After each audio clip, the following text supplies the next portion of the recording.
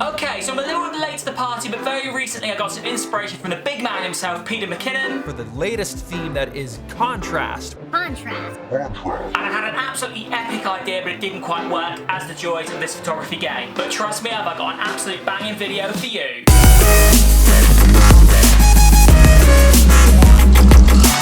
I'm Danny Hollywood of DannyHollywood.com, and welcome to an absolutely epic, fun wirewall photography video. Welcome back to the channel, guys. If you're new here, then welcome also. Obviously, we're back with another video, this one on wirewall photography.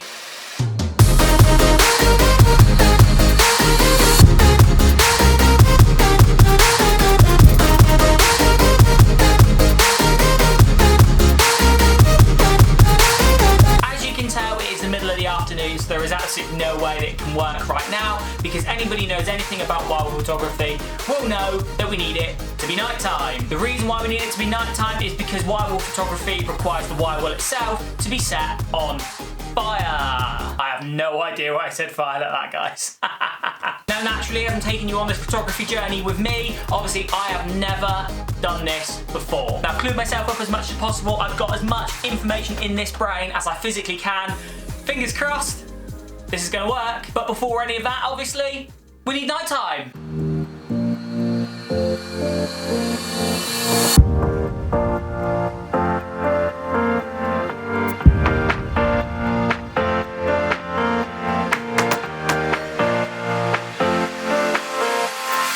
Okay, so we're getting there, a few more hours. We're in golden hour at the moment, as you can see by the drone footage, and obviously we'll be there then, and obviously it'll be nice and dark. We're gonna have a barbecue. We just bought a little disposable one, a little bit of fun, nice weather.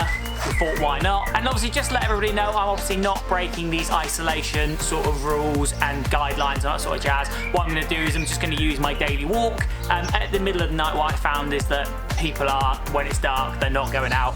So I have the streets to myself. I'm not going very far. Where you can see around the area, obviously you can see that there's a nice coastal sort of pathway as such, even though there's no coast, there's just a little stream, but I'm gonna use that. There's a little tunnel. I'm gonna use the tunnel. It's gonna look epic.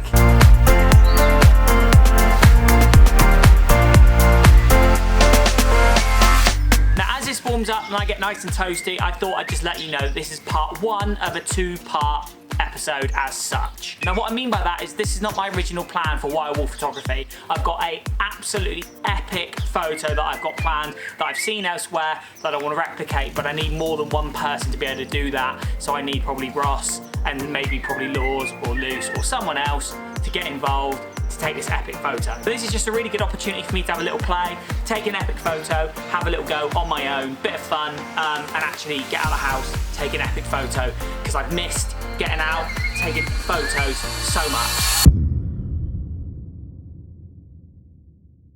Okay, so it's about 9:20 and I'm on the first location. I thought it was going to be the perfect place, but I didn't forget about these.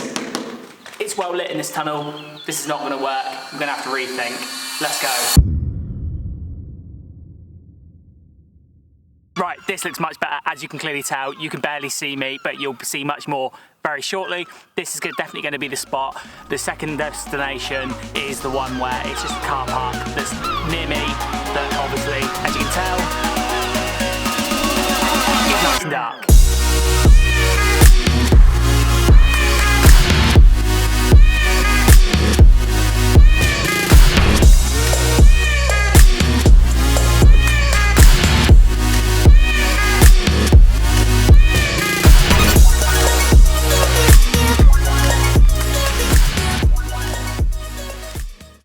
Okay, that was hands down quite a tricky thing to shoot.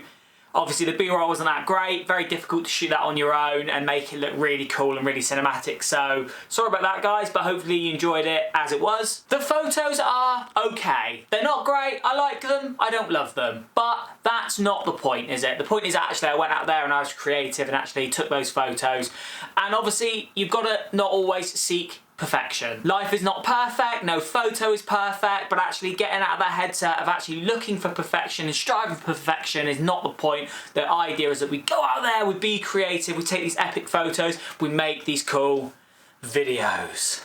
Part 2 will take place once lockdown is done. Lockdown be done. Isolation be done. I've got to get out there and be creative. And obviously next time I'm gonna buy a lot more wire wool, because actually I had 2 different types of wire wool. One worked extremely well, the other one worked not at all. But I've got 2 epic photos that you'll see right after this outro. I'm from Down in Hollywood, downhinhollywood.com. Thank you guys for watching. If you